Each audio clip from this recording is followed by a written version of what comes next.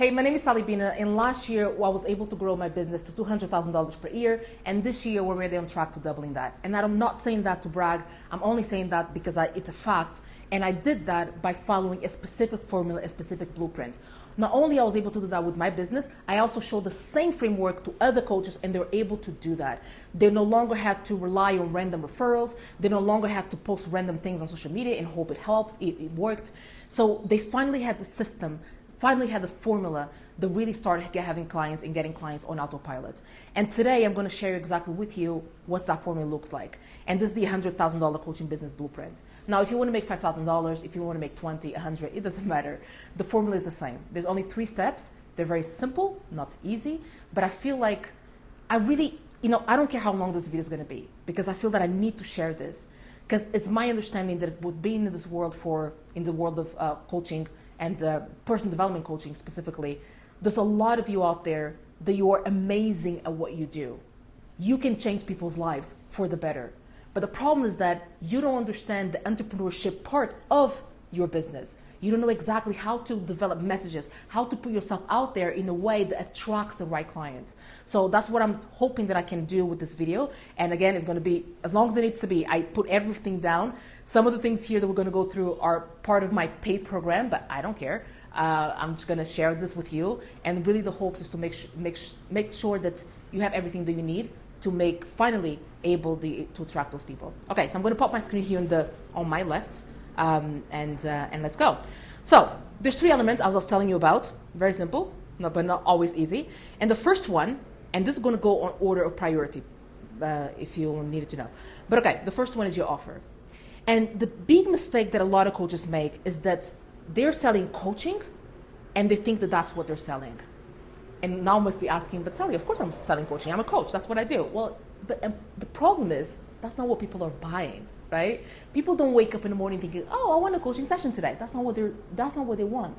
They want a transformation. They are in an undesired situation, and they want to go to a more comfortable situation. And that pain point is exactly what we're going to help them do. You are the bridge, right? So the first mistake, if you just cover the mistakes, then I'll show you exactly how to create an offer that actually brings you more clients. So you're selling transformation, not coaching, right? So that means that even in the language they're going to use from here on out is going to be based on the transformation that you provide. The other mistake that a lot of coaches make is that they have too many offers, way too many offers. So you have the one-off session, then you have like packages of 3, packages of 6, then you have your courses, then you have a paid program, and then you have retreats, and then you have speaking. That's too many things.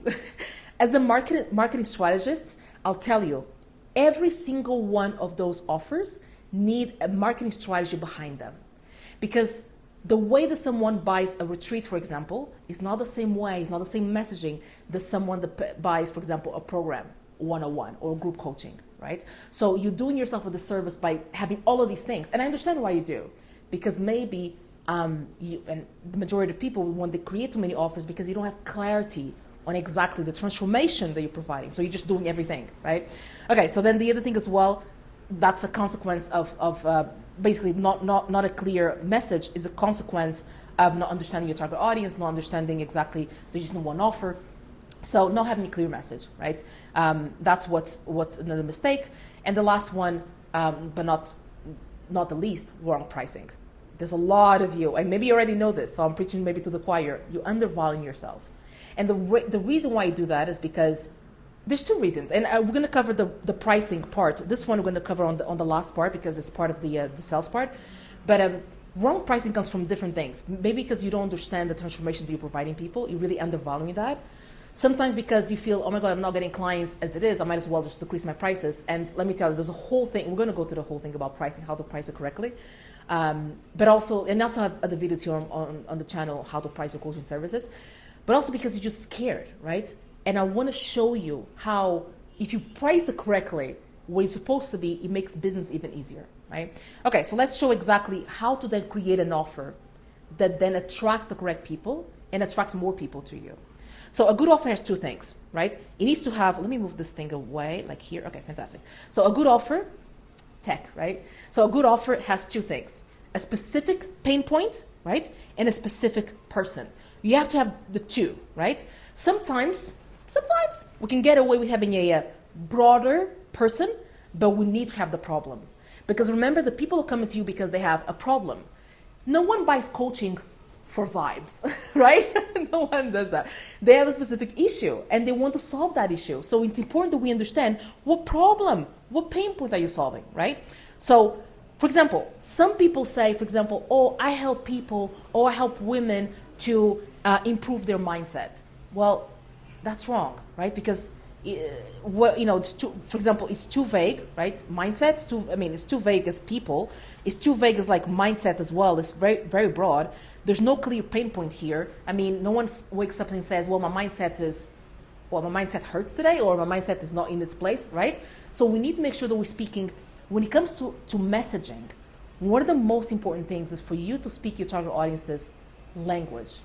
How do they talk about the problem, right? How do they talk about the solution? Because the problem right now is that you're suffering what I like to call the expert's curse, right? You are too educated on the problem and you're right here.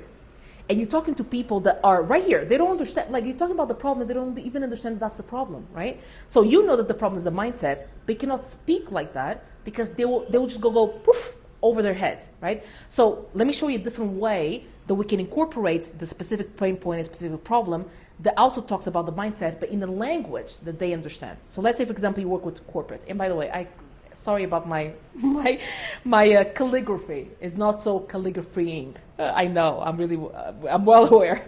Okay, so for example, you say, I help corporate professionals struggling with imposter syndrome build confidence so that they can speak up in meetings and position themselves for leadership roles.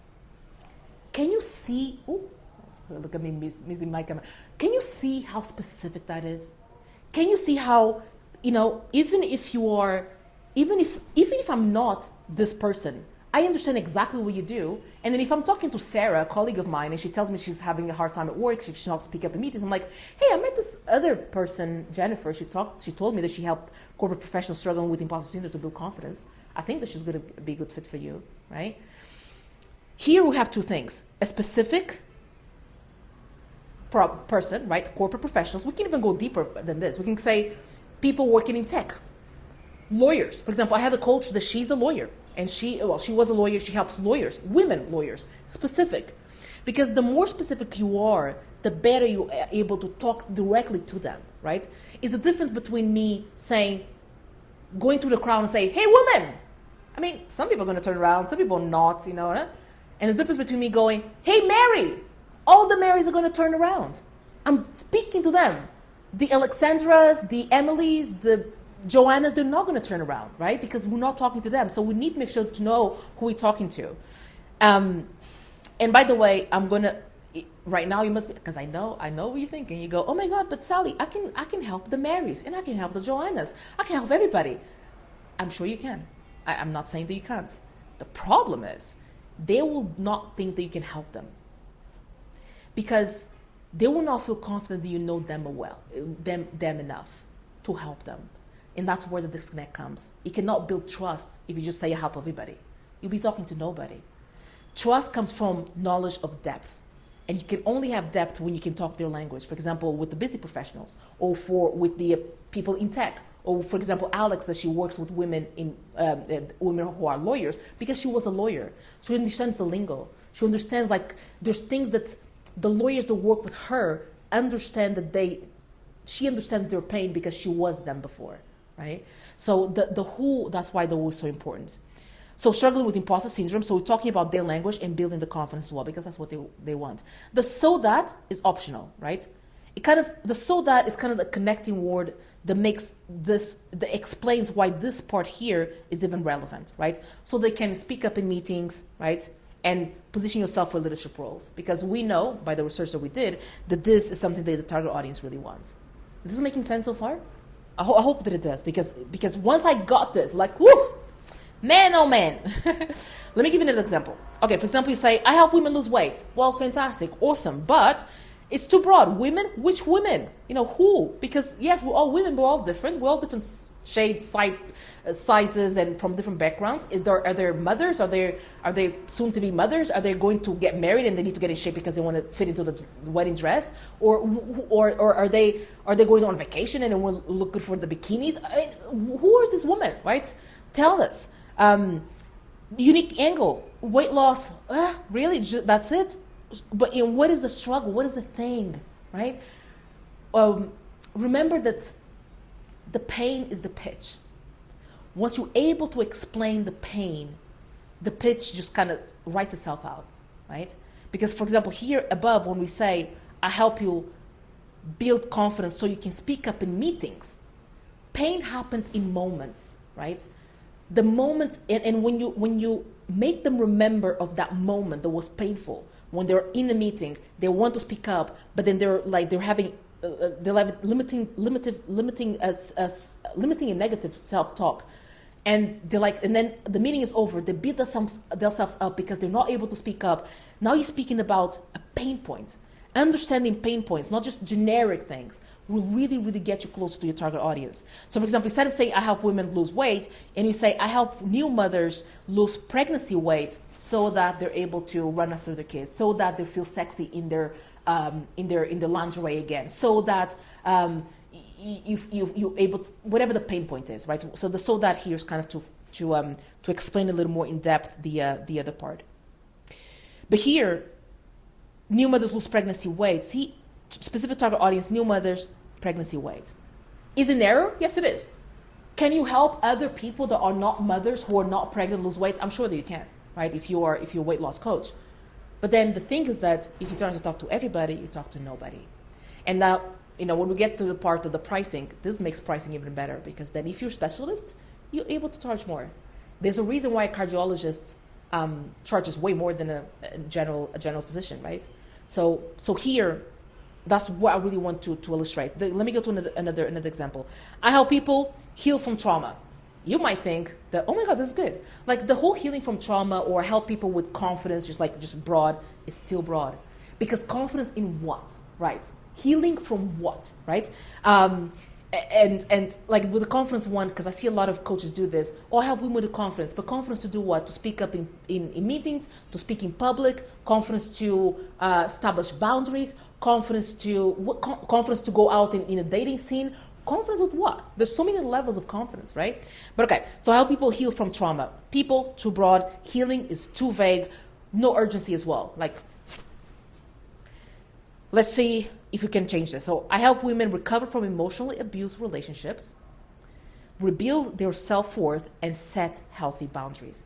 Can you see how it just speaks to your soul, right? I help women. I know this is broad still, but see what I said here about the specific target audience and specific pain point? We can get away with having not so much of a specific person. It's fine. But this here, we cannot get away with it without having a specific target audience, a specific pain point.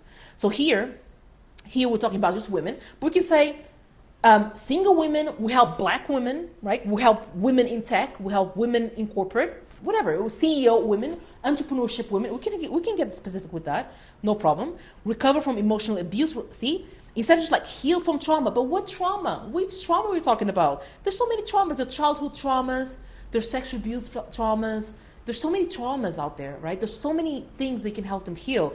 But you say emotionally abusive relationships. Got it. Rebuild their self-worth and set healthy boundaries, right? You can see where the specificity comes in, and this is extremely important. And the framework that I want to show you here is that I help target audience to goal without pain points, right? So that's the framework that I want you to use and take away from here. So take away from this part. I help target audience, so whatever that is, women in tech or men or if it's not even men or women, you can say individuals, right? I like individuals instead of people. People it's like individuals more narrow, or individuals in tech. If there's no women in tech, it's just individuals in tech, or individuals, busy professional individuals, right? The goal or the problem, right? Without the pain points, right? So here we can there's so many ways we can tweak this. For example, here we have I help women, which is always, here this order is always stays the same, the target audience. Here we talk about the goal: recover from emotionally abusive relationships, right? And so they can rebuild. So we talk about then what's the benefit of it. Without the pain point is in this formula, we're thinking about what is the thing that they feel that they need to go through in order to achieve the goal. So for example, on the weight loss one, if I say I help new mothers lose pregnancy weight, they might think, oh my God, I need to then, go to the gym and I don't have time because I have the newborn. I have to maybe cook different meals for me and for the family. I don't have time because I cannot do all of that. So then you then talk about the thing that they think that they need to go through, that pain point, that is not true. So for example, I help new mothers lose pregnancy weight without having to go to the gym, without having to do different meals for everyone else in the family, without giving up on sugar, right? If that's how you're able to do it. So that's one framework that I want you to utilize that makes it easy to create something like this, right? So something like that. What really allows you, and I'm going to share this tool that I shared with my inside of my paid program, but as I said, I don't care. I'm going to share this with you because this will allow you to really understand and answer. I feel like a lot of my job as a marketing strategist is being able to ask the right questions so I can get the right answers and create the right messaging, right? So I'm going to show you here a tool. Let me see here. Here's a tool. Here it is that I use, and it is inside again of my paid program. And here we ask questions, right? If you use this, and by the way, if you want this one, you can either screenshot or below, you can sign up for the newsletter, and I'll send this to you. Like it's the first email that I sent to you, so you can able to receive it. So, and this is the 10 market diagnosis and profiling questions. If we answer those questions, we'll be able to better understand your target audience and not become so broad in surface level. So, for example, the first question we ask is, what keeps them up at night? What keeps them like staring at the ceiling, thinking about things? Right? And here we want to go deep. We want to go as deep. And by the way, if you were this person a few years ago, then as painful as it might be, take yourself back to that time in your life and think about the things you're worried about. Let's say that, for example, you want to lose weight because pregnancy weight. You're thinking, oh my God, spiciness in the bed has gone down, right? I don't feel like myself again. I don't fit into my jeans again. I'm losing what are the things that keep them up at night? What are the pain points, right? Question number 2, what are they afraid of? And these are different. What are they afraid of? Sometimes it might be the same as what keeps them up at night, but what specifically they're afraid of? What are they afraid is going to happen? This is going to affect my marriage. I'm going to continue to gain weight. I'm not going to be able to be healthy and continue to be healthy to be around my kids, right? Or run after my kids. So I'm using the weight loss because it's just easier. I think everyone understands that one. But with everything else, for example, the other example that we had was a professional that cannot speak up in meetings. For example, they might be afraid of just being fired because, I'm going to lose my job, right? Because I'm not able to produce. I'm not able to kind of be confident and stop the negative self-talk and the imposter syndrome. I'm not going to be able to get the promotion. I'm not going to make enough money then because I'm going to keep on that same role, that same job, right? Or what are the things that they're afraid of that's going to happen? And if you want to think about this in their personal life and their professional or business life, like if it helps you, like what separates so we can have more of those. Third question we ask, what are they angry about? And who are they angry at? We always angry at someone. At least we place a little bit of blame on something, even if it's our mother. Like, oh my God, I love sweets. It's my mom's fault. She gave me a lot of chocolates when I was younger. There's always part of us like we blame someone. So who are they angry? What are they angry about, and who are they angry at? It can be a person or institution. For example, the mother might be angry at the fact that, oh my God, I'm angry that because maybe she thinks it's a genes. Like my mom gave me these genes. I'm angry that I cannot find healthy options when I'm on the go. I'm angry that what are they angry and who are they angry at as well, right?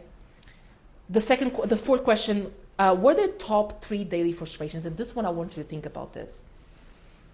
Daily frustrations. What are the things that happen on a daily basis that is just a reminder of the problem or the pain point? So for example, the mother dressing up in the morning and just realizing that belt notch is still on that, it's going up. Or the professional, I don't remember what was the other one, but the professional, because I wanted to also give examples for the other one.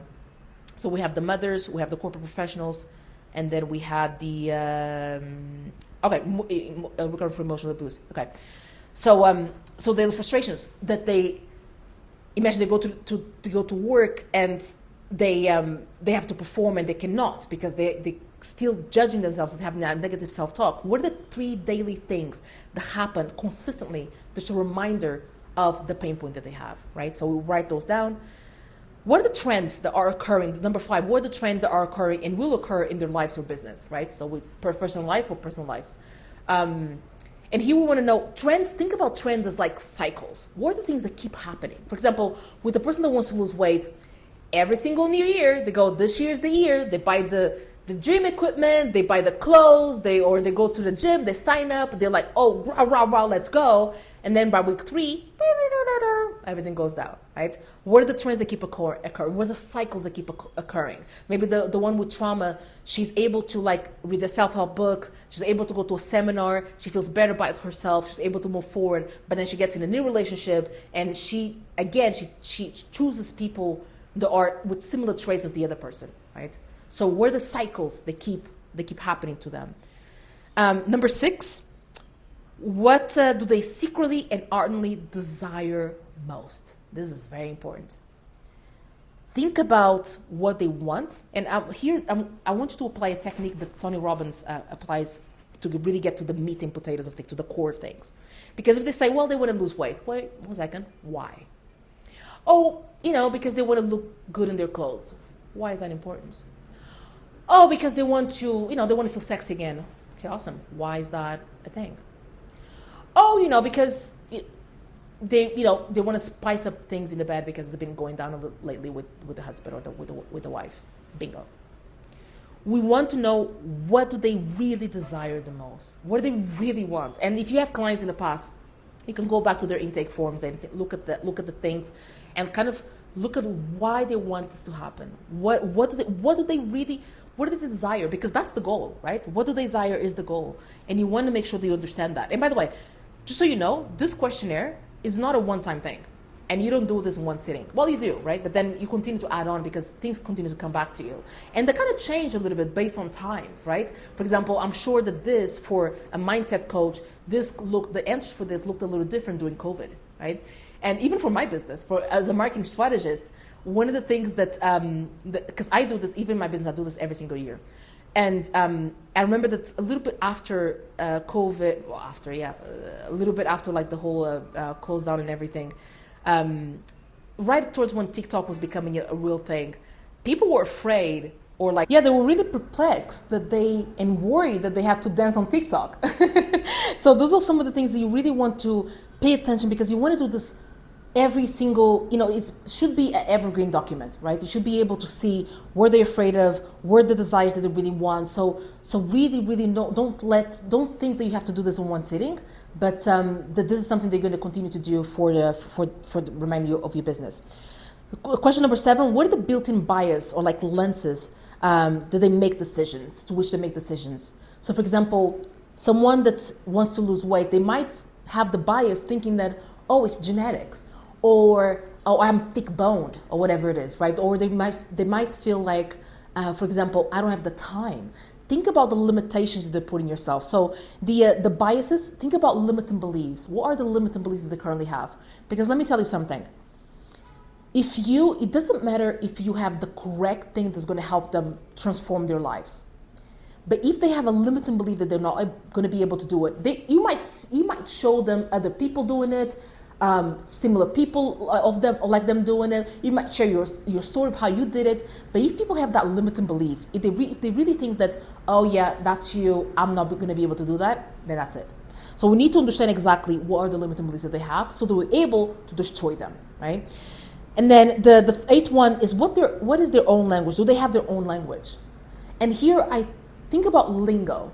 Think about like terminology, things that they talk about, things that they say, right? Think about how do they explain their problems. For example, a person that wants to lose weight, they might say, well, I have love handles, right? So they don't say abdominal fat, right? So those are all things you want to pick, because that's their language. And if they're speaking their language and you're speaking your language, even though you guys are saying the same thing, you're not going to match, right? So, and then the ninth one is who else is selling something similar to them and how, right? Think about who else is selling something similar to your solution, right? But it's not the optimal because it doesn't actually solve the problem, right? So think about what those are and you have to write them down. The last one, who else has tried selling them something similar and how have their efforts failed, right? So there's a difference between the ninth and the 10th. So who else is selling something similar? We already know that. Who else is in the market? Who else is selling something similar to this? Make that list. And the 10th, who else has tried selling something to them that are similar and how have their efforts failed? And the failing here is not how the business has failed, it's how are they failing at helping them? How is the thing that they are doing that is not actually the complete solution, right? Why you want to do that? Because it's important for you to know what else is in the market, what else they're exposed to, so that you're able to position yourself as the complete solution.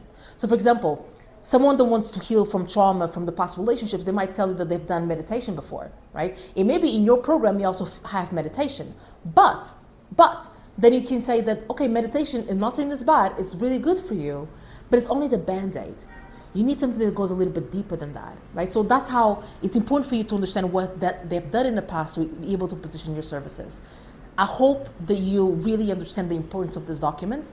I hope that you take it, you write it. If you want a copy, leave your email in the newsletter, because then I'll be able to send it to you, because this is going to be, I promise you, the game changer, right? It's all about the questions.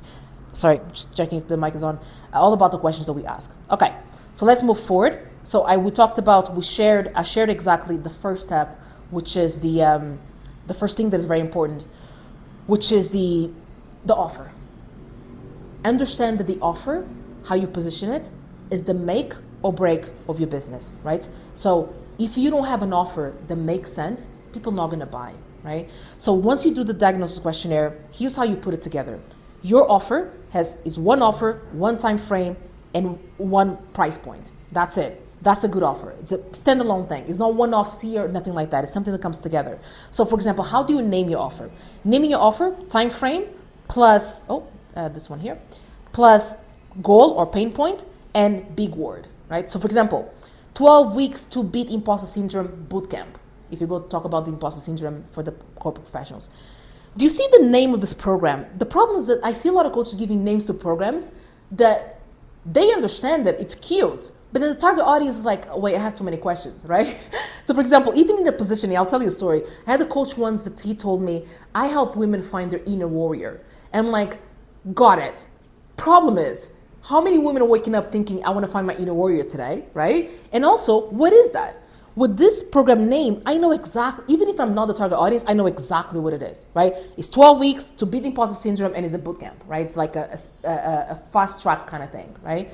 Let me give you an example. 8 weeks to Unshakable Confidence Accelerator. You see that? Very specific. You know, and the framework that we're using is this exact one, right? Time frame, you see the time frame is here, right? Time frame, goal or the pain point. Here, the goal here is to beat imposter syndrome. Unshakable confidence here is the goal. And then the big word, and by the way, again, if you want all the big words here, I have lists. Look, the big word can be accelerator, blueprint, program, challenge, Kickstarter, you know, like boot camp. Those are all big words. And if you put the email in the newsletter thing, I'll send those. Those comes. It's in the package. It's a whole thing there. Everything is together. The third one, for example, 12 weeks to establish boundaries. Establish boundaries intensive, right? Intensive is another big word, right? So as you see here, I'm following the same framework. Time frame, and the goal. Don't get cutesy with things, right? If you fancy, there's something that one of my mentors always says, fancy fails simple skills, right? Business in itself, it's already complicated. Like it's business, just a simple business, like a car wash thing, and the most simplest business you can see, they're already complicated. Don't extra do it. Don't even make it more complicated because it's just gonna be a disaster for everything. But what I was telling you before, and I really, now that we're done with this part, which is the offer, and I start with the offer because the make or break of your business. We start here. If you cannot answer these questions, we can never develop a program that will talk to the right person and will actually develop messages that we're talking to them. If we're not able to create an offer that makes sense, people are never going to buy, right? Your offer is the make or break of your business. If you just understand that, you're going to be light years ahead of your competition, everyone else. If you don't have a good offer, it does not matter what bells and whistles and all the beautiful landing pages and all the beautiful photo shoots they're going to do. And I don't care if you spend thousands of dollars on a website, because I know there's a lot of people that do that, but then you see crickets because the offer, the messaging is not resonating. This is where we spend a lot of my time. When I work one-on-one with coaches, because I work one-on-one, I don't do the one-size-fits-all thing because I don't believe in it. When I work one-on-one, we spend plenty of time on this, brainstorming, and I take from my archive of offers that I know that work and have worked well in the past. This is it, and these are the fundamentals that people love to skip because it's not cool. It's not people like to do busy work of like posting on social media and doing cute things, but this is what makes the cute things actually make sense, right? And give results. So I really don't want you to skip on this. It's monumental. It's very, very important. Okay, so enough with the pep talk. So let's go to the second one. So we already talked about the first element, the offer, right? So the second one, let's go to the second one, the cutest thing. What do you think it is? Drum roll. Leads. Okay, so once we have an offer, now we have to find people to buy the offer, right? So that's the next step. Let's go through it. Let's do it. Awesome. So now that we have offer, the second one is leads. Let's just define things because I feel that it's important that we define terms so we're all in the same page. A lead is someone that raises their hand and say, tell me more. By the way, this sentence that you're going to develop here, I help women recover from emotional abuse, relationships to rebuild self-worth and set healthy boundaries. This here, just so you know, nobody, unfortunately, are going to read the sentence and give the credit card to you. Go, okay, awesome, that sounds good, Jennifer, let's work together. That's not going to happen, right? What is going to, the job of this thing, the sentence, and this is a positioning statement, the job of this is to get people to go, tell me more. Is a start of the conversation, is to make sure that they are in the right place, right? So a lead is someone that raises their hand to that and goes, tell me more, right? So right now, what you're doing when you want to get leads, doing the whole posting pray. What I call a posting pray is like when you're posting, you pray something happens and nothing happens, and you're treating your social media as a diary. When you have no CTA, it's called CTA is a call to action, right? So what does she do next? I see so many amazing coaches that create good content, but then at the end you leave people stranded. They read all this beautiful pitch or all this beautiful posts. So then you have also coaches that have this beautiful, amazing videos with amazing insights that really can help people. But then at the end, they don't tell them what to do next, right? And some people think, well, people know what to do. No, they don't. You have to give them a call to action. What should they do? And what's the reason? What's the benefit of that action? Is comment a specific word. So comment blueprint and I'll send you the blueprint. Or go to the link in my bio to watch the rest of the video or the rest of the interview. Or go to the link in my bio to book a call with me. Well, I usually don't recommend having the call to action to book a call because usually that's too much of a jump. But you have to have a call to action. So that's some of the things that some of the coaches also missing. Let me see. Oh, what good thing is on. And the last thing, no strategy. You're just kind of throwing spaghetti at the wall and see what sticks, right? Not having a strategy to get those leads in. It's amazing that you have an offer, but now we need to make sure that we have a consistent flow of leads coming in to show that offer to. Because an offer in itself is not going to make you a millionaire, right? Whether if you want to be a millionaire or just have a couple of $1,000 in the bank or whatever, that offer we need to show to someone, and we need to make sure that the people that we show it to are people that are interested in it. You can have the most amazing offer that really transforms people's lives, but if we're showing to the wrong people, it's as good as nothing, right? So that's why, those are the things I feel that are really keeping you, these mistakes that I see a lot of coaches make, that are the biggest mistakes when it comes to lead generation. Now, it's important that you understand that in order to have leads, qualified leads that actually come to you and they understand how you help them and everything, you need to speak their language, you need to be to the level of their awareness and also have their perspective. All about them. I know it's your business, but you created the business for them, isn't it? So it's important that we speak from there. It's all about theirs, nothing about you, right? Although it's your business, your baby, but it's all about them. You built this to help people, right? So let me give you an example.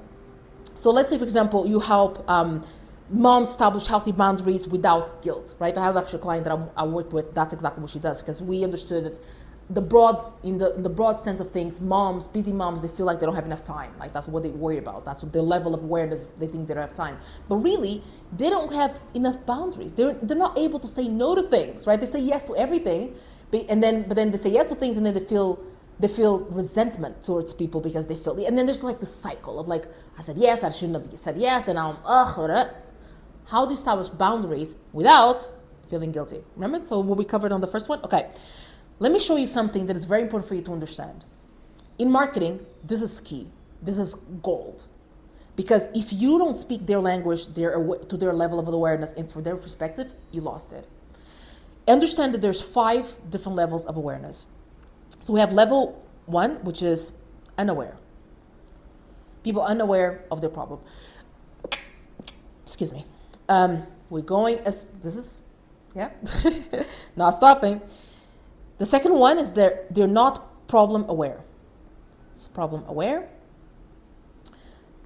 Third one, they are solution aware. Aware. And my handwriting, yes, it is. Third one, they are product aware. Aware. I'm going to explain what this means. And then the last one, they are most aware. Most aware. Again, I'm going to share this in the document that I'm going to send if you put your email down in the newsletter. That's the first email that goes out. So there's 5 different levels of awareness, right? So let's walk through every single one of them. Unaware. These are people that are not even aware of the problem, right? For example, maybe this mother that is needs to establish healthy boundaries, they're not aware that the problem is the healthy boundaries. They're naming the symptom as the problem. Maybe right now, the reason why your message is not resonating is because you're talking about the problem, and many people don't know that the problem is the problem. And they are the right people for the thing that you have. But you're speaking about for a problem that they're suffering from the symptoms, and they're labeling the symptoms as the problem. So there's a mismatch there, right? So you need to understand this level of awareness, because this is gold in marketing. So there's first people that are unaware. They're just suffering with the symptom. They don't even know what the problem really is, right? Then we have people that are problem aware. So they're aware of the problem. They're aware that they need to establish boundaries.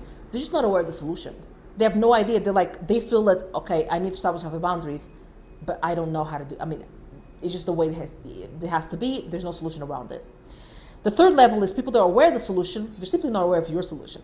So they're aware that there are coaches that help, or they're aware that there are techniques that help them with the solution, but they don't know about your one. Then you have people that are product aware. These are people that are aware of your product, they're aware of your coaching, they just don't know how it fits for them, right? And then the last one, they're the most aware, right? They're the one that really know exactly that's for them, they already know what it is, they just need to make that financial investment. You see that every single one, we speak to them in different ways. Because the person who is already product aware, you don't need to talk about the problem, educate them on the problem, they already know what the problem is, right? You're preaching to the choir. They already agree with you. They already know what it is. They already know about your product. They're product aware and everything, right? So in marketing, what usually you as a coach, because I've been working this in the personal development space for 6 years now, right? So you're going to be speaking mostly to these people right here. People who are not aware of the problem. Because most of it, and you know this, people are suffering. A lot of people out there, there's most people that are suffering with the symptoms and they're not aware of the problem itself. And you need to educate them on this. And that's why, one of the things that I highly recommend to do when you get there is like education-based marketing, because it works really well. So you're going to be speaking more about unaware of the problem. You have to do education, educating them on what the problem really is. So now they have clarity on the problem and they can act on the solution. And there you are with your solution, with your offer. Here's the offer, right? So here's 3 things that you need to understand. As an expert, like I was telling you before, you are right here. You know the problem. They're suffering with the symptom. And also you want to understand what are their limiting beliefs around the system. Because even if you can educate them on the problem. You can tell them, make them understand, listen, you don't have enough time because you really cannot establish healthy boundaries, right? So we need to make sure my program helps you establish healthy boundaries, and we're going to work on that and everything. They're still going to say no if they have the limited beliefs, because they're going to tell you, people are going to stop loving me if I establish healthy boundaries. People are going to think that I'm rude. If you don't tackle those limiting beliefs, they're never going to convert. In your domain, personal development coaching, life coaching, mindset coaching, and if you don't tackle the limiting beliefs, even if you give them everything that they need, they're still going to think that they can do it because they have internal and external limiting beliefs. Internal limiting beliefs so we have two types of limiting beliefs here. So let me write them down here so you can have them as well. So we have the internal limiting beliefs, and you have external. So internal limiting beliefs is, I cannot do it because I'm not capable of, or because I don't believe that people will love me after that. So that's internal. They think that they cannot do it. It's not something. External is like, I don't have enough time. Like, that's an external thing. Like, I don't have enough time. That's an external limited belief. I don't have enough money. That's an external limited belief, right? So here, you understand here now, when it comes to talking to the leads, this language, you understanding this and you understanding this is extremely important. Because then, now, maybe you have this already, now we can create amazing lead magnets or even freebies, depending on how you call it. The problem right now with your freebies is that they're too broad, they're too fluff, and they're no clear pathway to your offer, right? So let's start from this one. Too broad. We already know why it's too broad, right? Because you don't know exactly who you're talking to, what you're helping them achieve, and that's why it's too broad. You have a lead magnet that says, here's how to improve your mindset, right? Then the other thing as well, and let me tell you this is something that a lot of coaches do, and this is going to damage your reputation. This is going to damage your personal brand. Whether you believe it or not, you already have a personal brand. You don't need to have 100,000 followers or 1 million followers to have a personal brand. You already have one, right? Because you're on social media. So people already have an opinion about you. Branding is about the opinions or perceptions people have around your business. So if the first contact that people have with your business is a lead magnet or a freebie that gives them fluff, they have a negative association with your brand. And there's nothing you can do to convince them that you're even good at what you do. Because the first interaction they had with you was like, ugh, I could have Googled this. So don't make the mistake that a freebie can just be a whatever thing that people can Google, because it will destroy your ability to convert people. And you cannot imagine how amazing the word of mouth is, because people, just by consuming your free stuff, they can tell if you're good or not. They have an opinion. People have an opinion about everything. You have an opinion about me right now, and we haven't even worked together. You're just consuming my free thing, right? So, and just imagine whatever you put out there that is free, and then people have an opinion about that. So don't make the mistake of creating a freebie. It doesn't matter if it's free, and creating it fluff. And let me tell you the limit test of how you test if it's a good or not. If you create a freebie with something so valuable that almost pains you to put out in the world for free, that's when you know that it's good. Or for example, I'm sharing this thing right now, and I'm sharing things that I have inside my paid program, but I don't care, because I know that it's more important for me to show you these things. Because listen, if I give you content, if I give you really valuable things right now, and you go out there in the world and you implement it and you have good results, you're gonna come back to me and say, Sally, oh my God, this was amazing. Like, yes, here's how I can help you more. There's going to establish that, you're going to have that trust, that confidence, that relationship, right? So don't make that mistake of creating like fluffy things. That's a big no. And then the other thing as well, they're making the mistake in your freebie, is that there's no clear pathway to your offer. People create freebies, they're like, here's the thing, and bye. There's no your freebie needs to start like the journey to your paid thing, right? That's how you do it. So you need so that's why we need to start with the offer. So first we have the offer, and then we reverse engineer to have your free thing. So what is the free thing that you can give for free? And don't give free coaching sessions. That you should not do that. No, that's not a thing. Free, you should not do free. So what's your free thing that then has a natural step to your offer, right? Offer, right?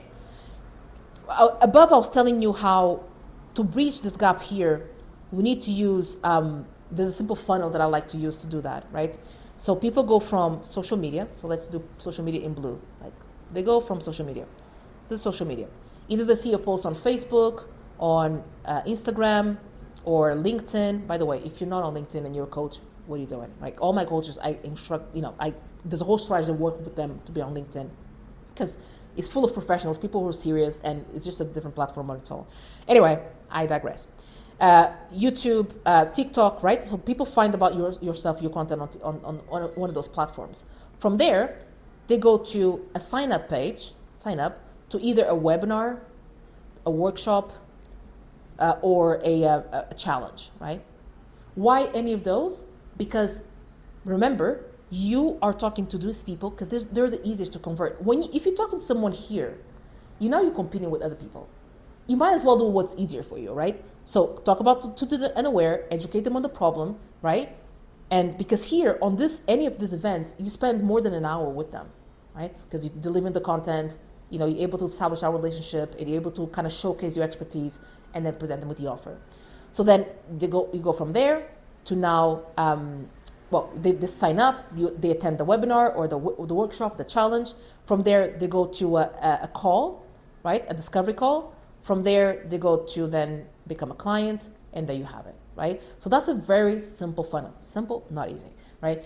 But why a call? Because you want to sell, and we're going to talk about the pricing. You want to sell your coaching for anywhere from 2 to sky's the limit, right? But anyway, if you're starting out, 2 to 3. If you're more intermediate coach, 5 to 10, and if you're more advanced coach, 10 onwards, right? 10 above. And it's hard to sell a $2,000 thing or $3,000 thing straight from the webinar. There's so many layers that go into it. I'm going to show you now exactly how to do that. But there's so many layers that goes into it, and it's much easier if you're able to educate them, right? To really bridge that gap, so that then when they jump on the call, you're able to have that discovery call and then close them as a client, right? So while telling you about, it's all about education-based marketing. Webinar, workshop, a challenge, right? Those things work. And now you must be saying, but Sally, I did those. People gave me so much amazing feedback, but I didn't convert anyone. I know. And I know that happens because most coaches, when they do webinars, workshops, or challenge, they do 3 main mistakes. 1, they go too much into education mode. Like you overwhelm people with education. Maybe now you're smiling because like, yeah, I did that. Yes. Because you get so excited, and I understand because you're so excited about sharing the information. You go, oh my God, here's this and this and this. And people go, oh, okay, thank you. Or they go, oh, that's awesome. Thank you so much. See ya. I'm going to go and implement that. The goal of the webinar, the goal of education-based marketing, the way that we do it, a sales webinar, a sales workshop, or a sales challenge, is to educate them on the problem. So you highlight where they are, where they want to be, what's keeping them stuck, and exactly your offer is how you guide them through that process. The job of the webinar is to empower them that it's possible, to demolish limiting beliefs, because if they have limiting beliefs, they're not going to make anything, and to show them the possibilities, to empower them. We give them education, of course we do, because we need to make sure that make them from unaware to aware of the problem. So we give them education, but it's not the education on the what, on the how to do it. Is the why it's important, and the what. It's the other way around. It's what is it, and why it's important, and the how is your coaching, right? So one is that the mistake that you guys do, some coaches do, is that they have to go way too much into education.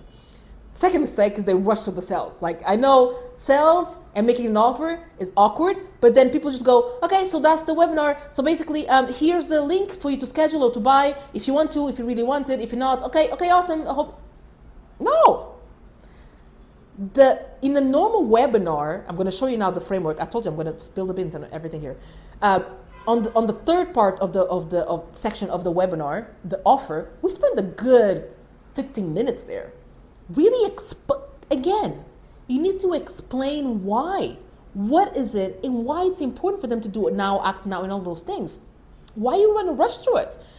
Third thing is coaching is not the natural next step. So sometimes you do a webinar, people just choose webinars for the sake of the go, okay, this is a good title, let's do it, right?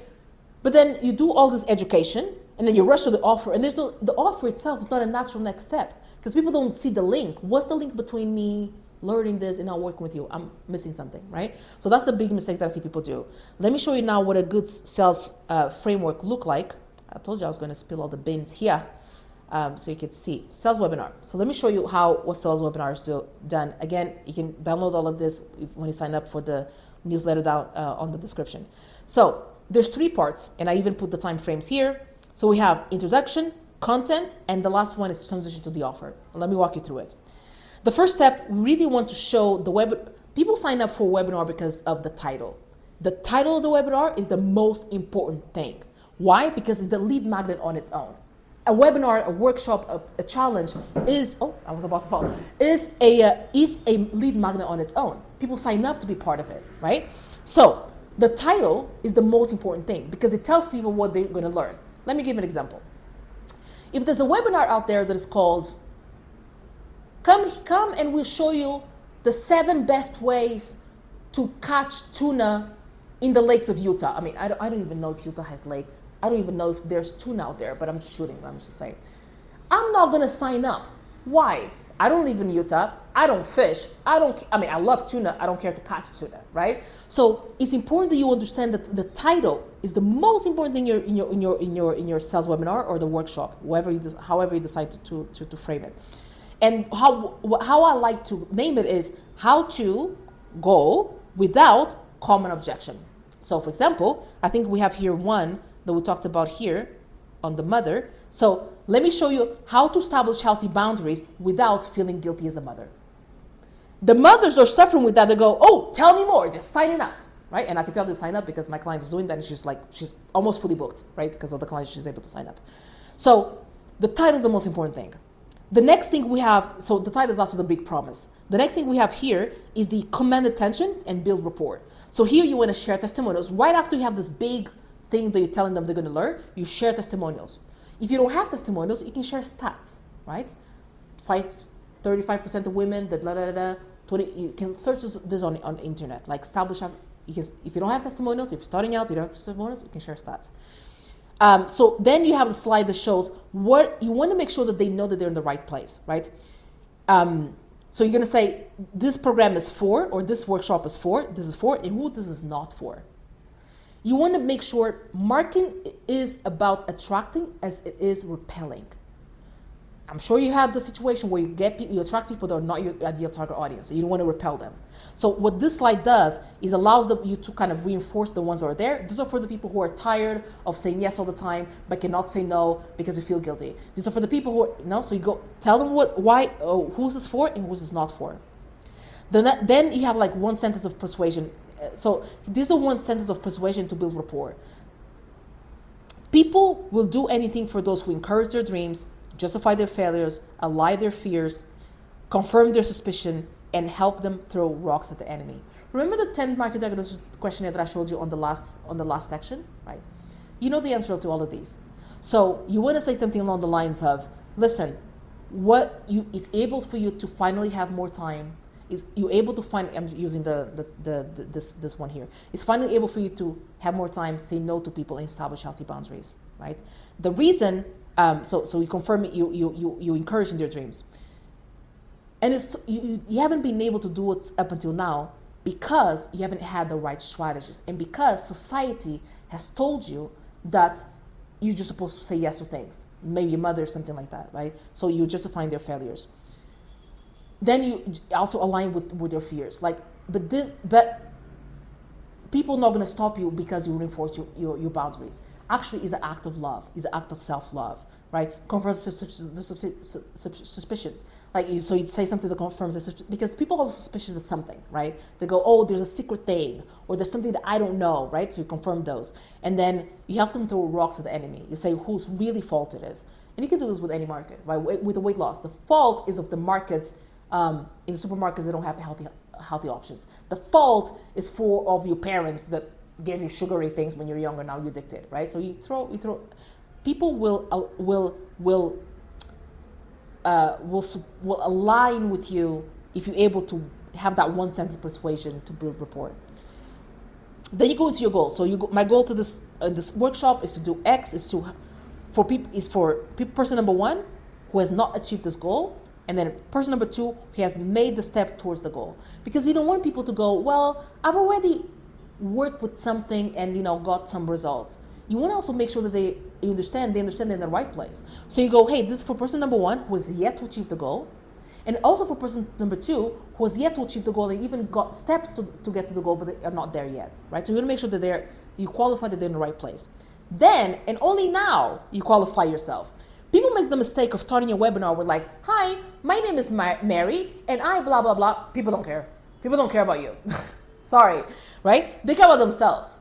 But they only care about you after you made so much claims. They're like nodding. They're like, okay, 1 second, who are you, right? So now you qualify yourself and you tell about your story.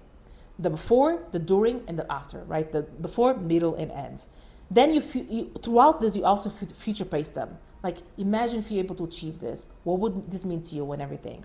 And now that's when you go into the meat and potatoes, right? We go into the content. And here, like I was telling you before, the meat and potatoes is not like the house of the two, just about one thing. And usually you talk about the secret number one is usually the internal limiting beliefs. Secret number two is external limiting beliefs. Secret number three is the limiting beliefs they have about the service as a whole, right? So, and with every single secret, you talk about the testimonials, you also feature pace them. And the feature pace is the one here that I have above, which is imagine what would this look like for you if you finally achieve this. Imagine what life would look like if you finally achieve this, right? So you do that for every single secret, and the secrets are the limiting beliefs because we want to crush those, right? So after completing each secret, make sure they introduce the trial closes, right? So the feature pacing. Are you getting this? Is this making sense? Do you see how simple this is? Is it exciting? Like all of those things. Isn't it cool? Can you see yourself like feeling this, right? So you really be encouraged, right? And this is the part where you guys love to rush, but then you see how long it is? And by the way, again, you can put your email and I'll send this to you. Transition to the offer. So we're going to go through the whole thing because you can read this in a very, very straightforward. But you also, so up until this point, you write an hour in of the workshop or 45 minutes, right? Depending how deep you want to go into the content. You can go as deep as you want. But then you go, hey, let me ask you a question. If you did exactly what I showed you in secret number one, and then you implemented what I told you in secret number two, and then you did exactly what I showed you in secret number three, do you think you're going to be successful? People are going to say, yes, oh my God, it was amazing. Okay, awesome. So now we've been here for an hour, for 50 minutes. And as much as I want to continue give you more of these amazing secrets for you to be able to achieve the goal, but I cannot go here forever. I just share the top 3 things that I feel they should know, right? And now you have 2 options. You can take everything that you learned here today and try to implement yourself, and maybe you're going to succeed, but it's going to take some trial and error. Or option number 2 is to have the support of someone that has done this before, has been there, and is holding your hand throughout the whole journey. Which one would you prefer? And you have to allow people to answer. And they'll say, number 2, I want someone to help me. I want someone to... But by this time, you already build a rapport. And we just transitioning to the offer, right? We haven't talked about the offer yet.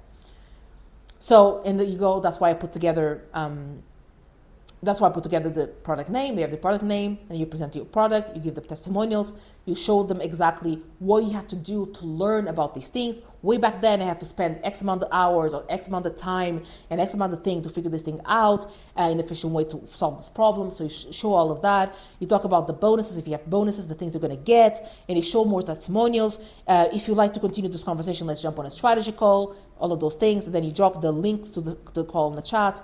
And then you continue to answer, and then they're going to ask questions, and you continue to answer questions. I go this in the very detail, as you can see here.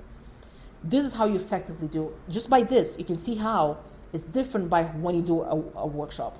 When people do a workshop, they start with, hey, my name is Sarah, and you're going to learn this, and give them exactly what they need. But make sure that, we follow this framework, which is first we introduce the introduction, make sure that they know that they're in the right place, make them pay attention, right? Give them the content, wow them, and then transition to the offer. That's how you do it, okay?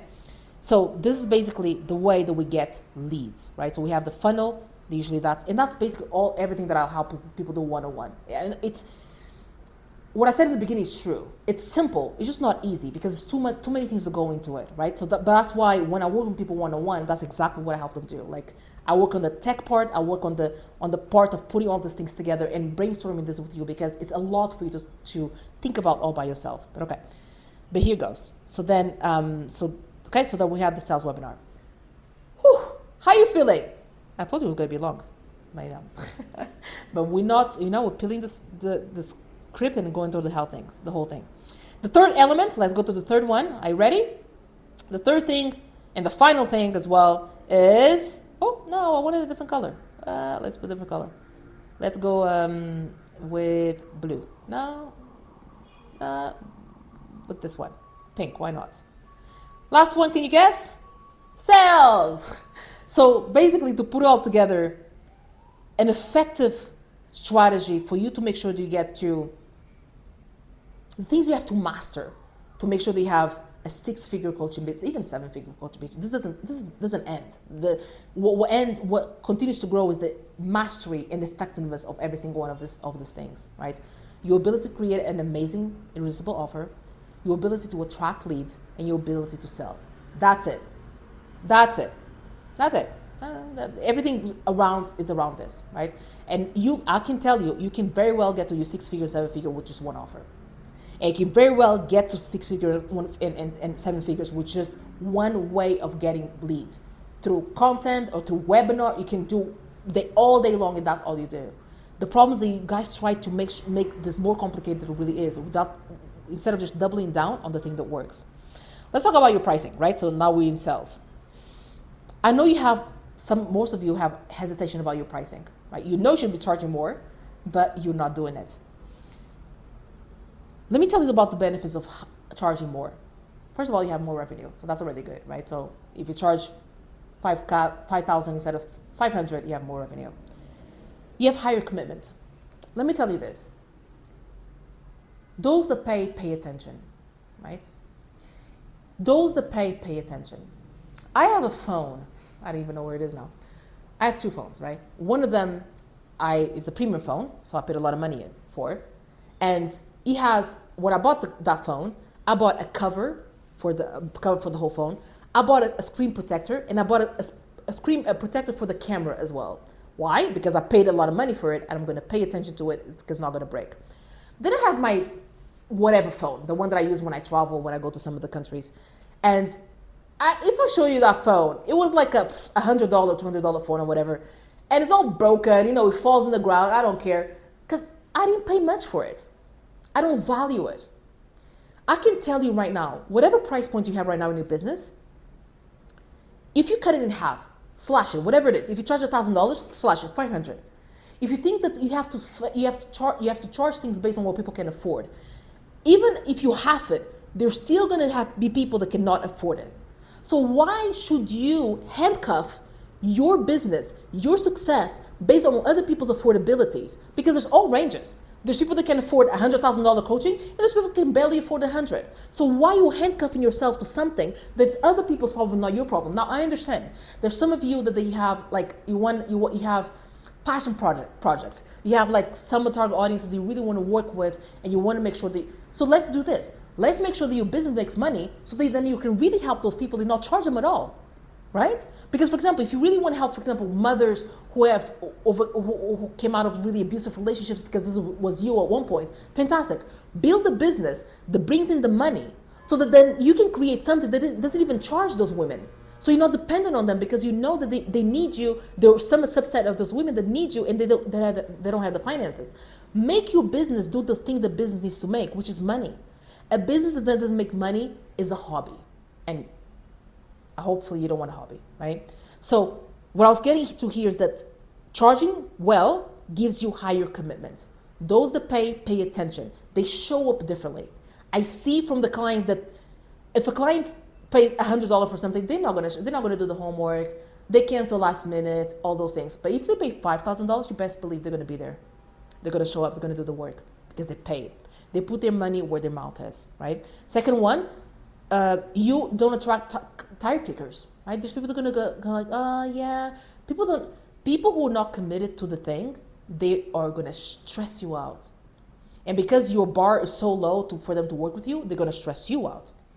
And let me tell you, if I have to drag you to work with me, I don't want to drag you around. So make your prices reflect that. Number 4, more money, less burnout. Let's say, for example, you want to make $10,000 per month, right? That's what you want to make. And now you're charging one-off sessions. You don't even have a program. You want to charge one-off sessions and it's $100 to work with you, right? How many sales do you have to make in order to get to that $10,000 per month? Now look at the inverse. If you have a program, if you charge $2,000 for it, you just need to convince 5 people. 5. Instead of convincing whatever the math is on the other one. 1,000, right? So make sure that you understand like how, and working with 1,000 people, is that the month? Is it 100? I'm not, hey, marketing is my thing. No, not 100, not 1,000, 100. So working with 100 people, that's a lot. It's a lot of people to manage. But working with 5 and get 10K, more money, less burnout because you have less people to work with, right? I'm still thinking about the money, by the way. Still doing the calculation in my head. The last thing is the positioning, right? Positioning it positions you. Pricing is branding. Pricing communicates value. And let me tell you something about pricing. And something that one of my mentors told me very early on. If you're good, no one expects you to be cheap. And if you're cheap, no one will believe you that you're good. So if someone is trying to sell me a whatever car, a Ferrari, right? I don't know. And they tell me it's like $5,000. I'm like, okay, what's wrong with it? Because, why is cheap, right? If you're telling me that you can help me solve this life problem that I have and you charge me $200, I'm like, okay. The thing is that even, I'm sure that you've done this before, because I have. For example, sometimes we buy courses, we buy things that are cheap, and it's valuable. It's giving us good information, but we don't apply it. Why? Because we're like, oh, it was just this. How valuable would it be? How really relevant this information is if it's that cheap, right? It's important that you do understand that. It's extremely, extremely important that you understand that. Because if you don't, that's what's going to keep you stuck. That's what's going to keep you stuck and really not position yourself as the high value coach that you are, right? So bottom line, low ticket equals more work, less commitment, more and less and low margins. And high ticket, less work, better clients, high profits. And let me tell you, this better client thing is very, very true. I remember when I was undercharging myself, oh my God, the clients I was attracting was like, oh my God, they were.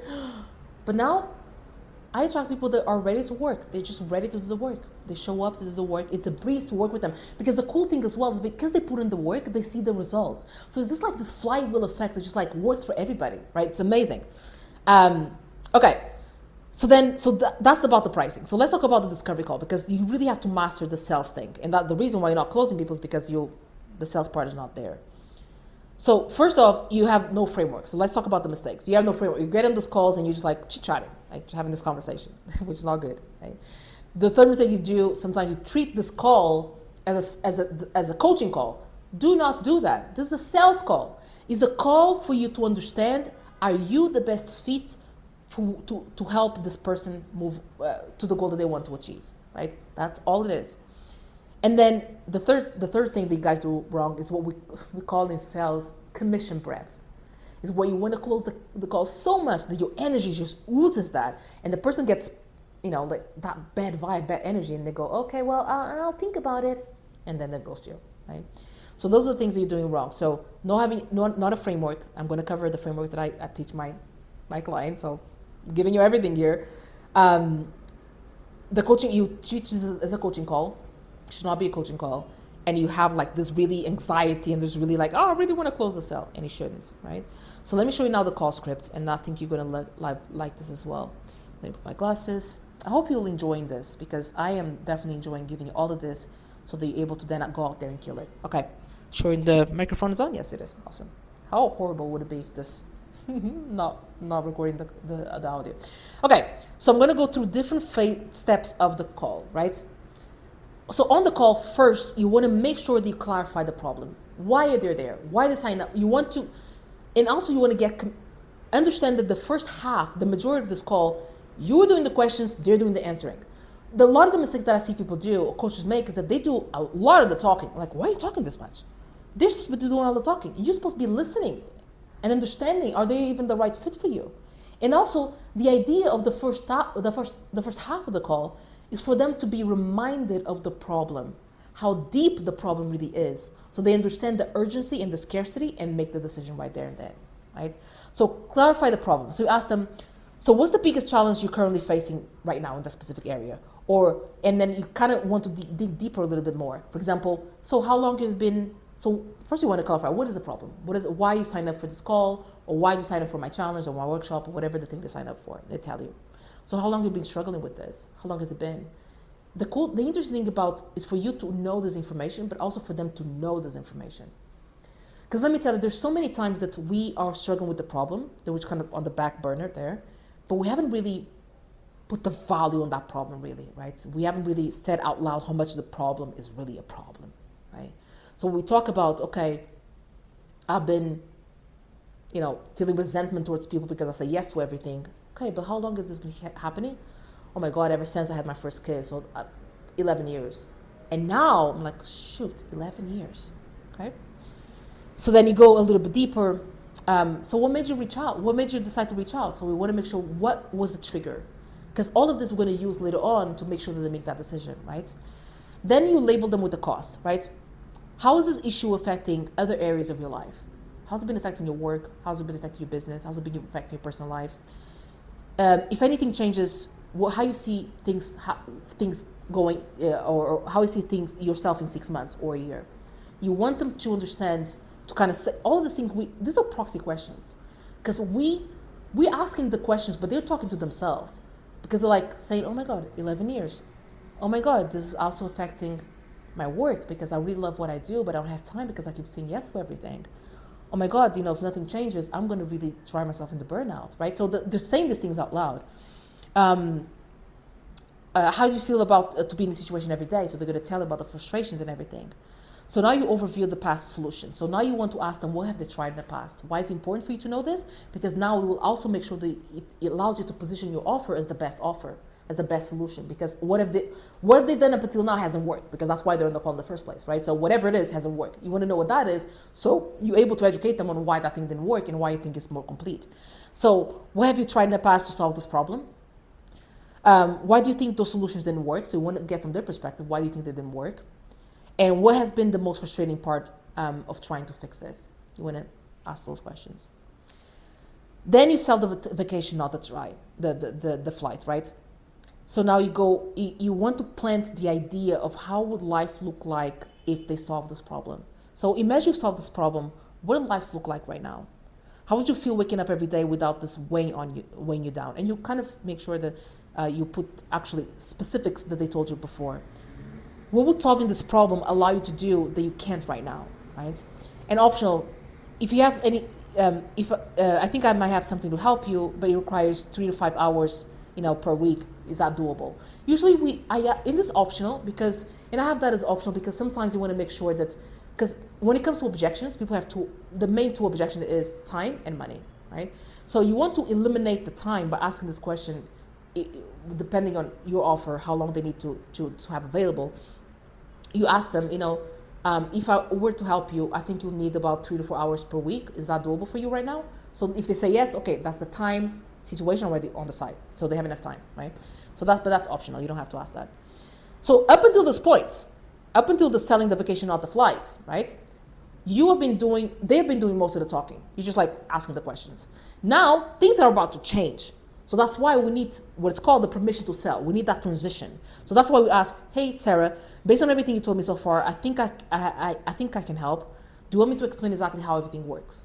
This makes sure that now things shift. And you'll see it shifts because people go, oh yes, please tell me. And you see they're going to start getting their notepad because they want to take note, they want to listen and everything. Very, very important, right? So then you present your offer, right? You present so my program is developed to help specifically target audience. You should have your position statement. Who suffer with the problem, right? We work together for a period of weeks, for 10 weeks, and the 10 weeks are divided into 3 steps. Step number 1, we do X. Step number 3, the reason why I like to divide into steps or phases is because it's easy for people to digest. You cannot go through everything that's going to happen in 10 weeks because people we will overwhelm them. They're going to go, oh my God, that's a lot, I don't want to do it. So divide whatever weeks you have into 3 steps, 3 phases.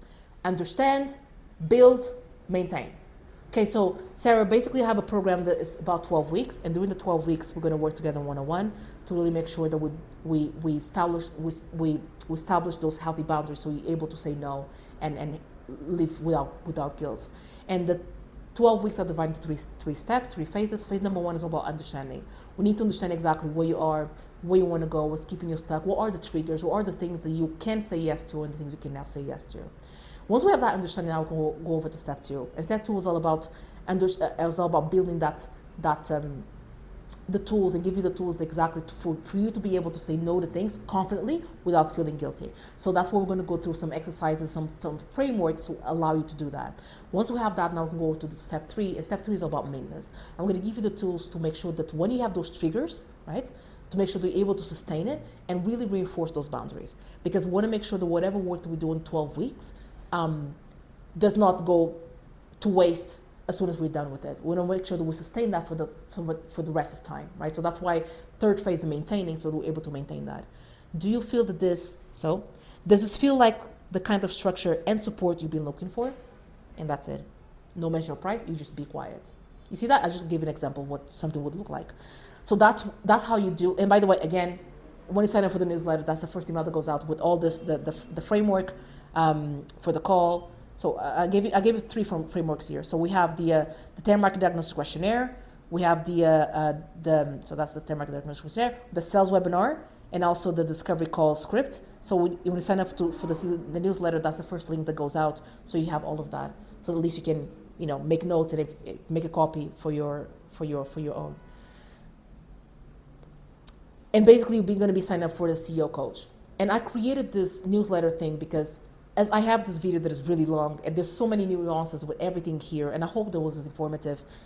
There's so many things that I cover every single week on the CEO coach. And I call it CEO coach because I understand there's a lot of coaches like you that are amazing at what you do, but then you miss the entrepreneurship part of your business. And that's where I cover on the newsletter. So when you sign up, in the link below, it's free, by the way, and I don't cost you anything. So I'll send you all the scripts, but also every single week I'll give you like tips and things, tactical things that you can implement and see results, right? And I hope this was informative. I hope you like it.